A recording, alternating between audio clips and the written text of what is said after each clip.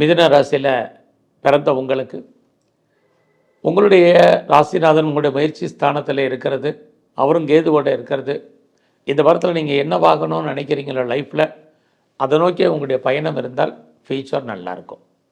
உங்களுடைய எண்ணங்கள் தெளிவாக இருக்கணும், சிந்தனைகள் தெளிவாக இருக்கணும். அப்படி இருந்தால் உங்களுடைய ஃப்யூச்சர் பாயிண்ட்டும் நல்லாயிருக்கும். உங்களுக்கு எதிர்காலத்தில் நீங்கள் என்னவாக வரணும்னு ஆசைப்பட்றீங்களோ அதெல்லாமே நடக்கும். இந்த வாரத்தில் நீங்கள் ஃபர்தராக உங்களை பெரிய லெவலில் டெவலப் பண்ணுறதுக்கோ அப்டேட் பண்ணுறதுக்கோ முயற்சி பண்ணுங்கள். கண்டிப்பாக நீங்கள் சக்ஸஸ் ஆகுவீங்க. ஏன்னா இந்த வாரம் அதற்கான வாய்ப்புகள் சந்தர்ப்பங்கள் நிறைய உங்களுக்கு இருக்குது. நிறைய லேர்ன் பண்ணுவீங்க, நிறைய அப்டேட் பண்ணுவீங்க. நீங்கள் ஏதாவது சிறு தொழில் பண்ணுறீங்க, ஏதாவது சுய தொழில் பண்ணுறீங்க, அல்லது வீட்டில் வச்சு பிஸ்னஸ் பண்ணுறீங்க. குறிப்பாக யாரெல்லாம் ஆன்லைனில் பிஸ்னஸ் பண்ணிகிட்ருக்கீங்களோ உங்களுக்கு அந்த பிஸ்னஸ் ஓரளவுக்கு சாதகமாக இருக்கும்.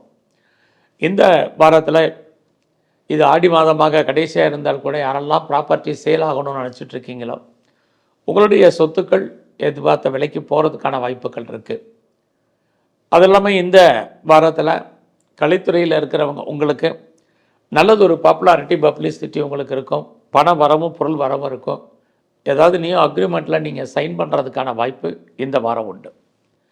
நீங்கள் ஏதாவது ஷேர் வாங்கணும் அல்லது லாட்ரி டிக்கெட்டில் இன்வெஸ்ட்மெண்ட் பண்ணணும், ஏதாவது மினிமம் இன்வெஸ்ட்மெண்ட்டாக ரேஸில் பண்ணணும் அப்படின்னு நினைக்கிறவங்க நார்மலான ஒரு முதலீடு பண்ணுங்கள், ஓரளவுக்கு ரிட்டர்ன்ஸ் இருக்குது. குறிப்பாக இந்த வாரத்தில் நான் மியூச்சுவல் ஃபண்டில் இன்வெஸ்ட்மெண்ட் பண்ணணும்னு நினைக்கிறேன், டிஜிட்டல் கரன்சி வாங்கணும்னு நினைக்கிறேன் அப்படிங்கிறவங்க பண்ணுங்கள். பட் கோல்டு ஃபாண்ட் வாங்குறது இந்த வாரம் அவ்வளோ உசிதமாக இல்லை. இந்த வாரத்தில் உங்களுடைய ப்ரொஃபஷன் எப்படி இருக்குன்னு பார்க்குறபோது உங்களுடைய ஜாப் நல்லா இருக்குது, கெரியரை பொறுத்த வரைக்கும் பிரச்சனை இல்லை. நீங்கள் ஏதாவது லோன் அப்ளை பண்ணியிருந்தீங்கன்னா கிடைக்கும்.